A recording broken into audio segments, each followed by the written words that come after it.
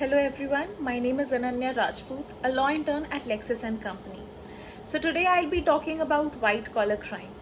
Now, white collar crime is a non-violent crime where the primary motive is typically financial in nature.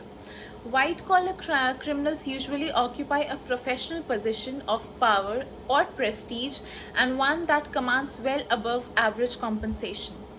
The term white collar crime was coined in 1930s by sociologist and criminologist Edwin Sutherland. He used the phrase to describe the types of crimes commonly committed by the persons of respectability, people who are recognized as possessing high social status. Let's classify white collar crimes. So white collar crimes are broadly subdivided into two general categories. First is individual crimes. Now, individual crimes are financial crimes committed by individual or a group of individuals. Now, an example of an individual white collar crime is Ponzi scheme, such as one run by Bernie Madoff. Other individual crimes in this category include identity thief, hacking, counterfeiting, and any of dozens of fraud schemes. The second is corporate crimes. Now, some white collar crimes occur on a corporate level. For example, a brokerage firm may let its trading desk employees engage in an insider trading scheme. Money laundering may also be conducted on a corporate level.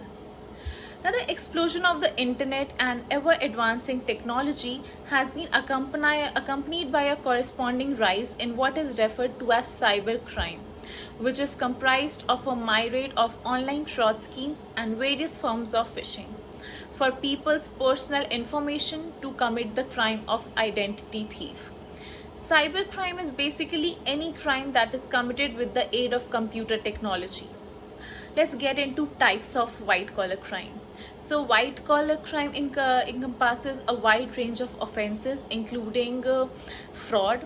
Now, fraud is a broad term that encompasses several different schemes used to defraud people of their money.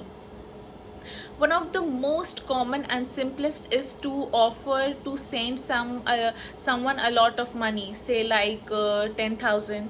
If they will simply send the fraudster a little money, say 300, or the fraudster may represent the smaller sum as being a processing or finder's fee, of course the fraudster gets the money that is sent to him but never sends out the money he promised to send. Then the second is insider trading.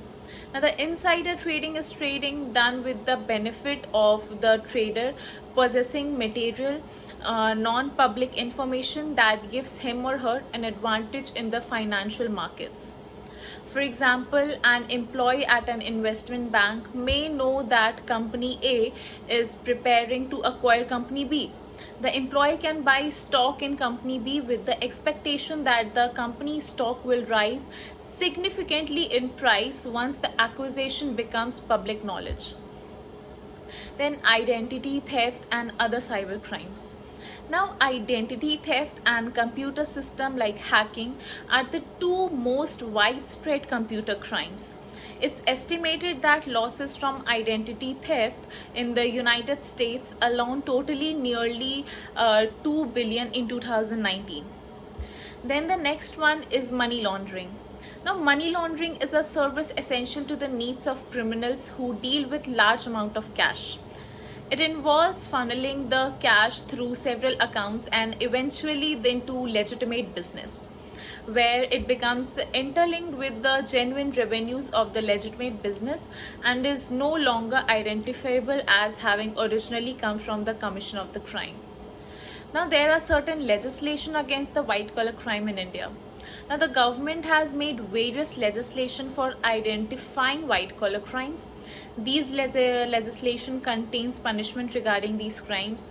First is Companies Act 1960, then Income Tax Act 1961, then there's Indian Penal Code 1860, Commodities Act 1955, Prevention of Corruption Act 1988, Prevention of Money Laundering Act 2002, IT Act 2005, and Imports and Exports Control Act 1950.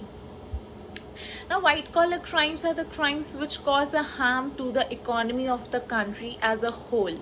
It threatens our country's economy by bank frauds, economic thefts, evasion of the tax, and many more. There is no proper definition of white collar crimes in Indian laws. The socio-economic crime should not be taken leniently by the government. If the crime is very heinous, the punishment might also be extended to life imprisonment. People are not aware about most of these crimes, so the public awareness through any communication medium is also necessary. Government should impose strict regulation regarding economic thefts of the country. Thank you.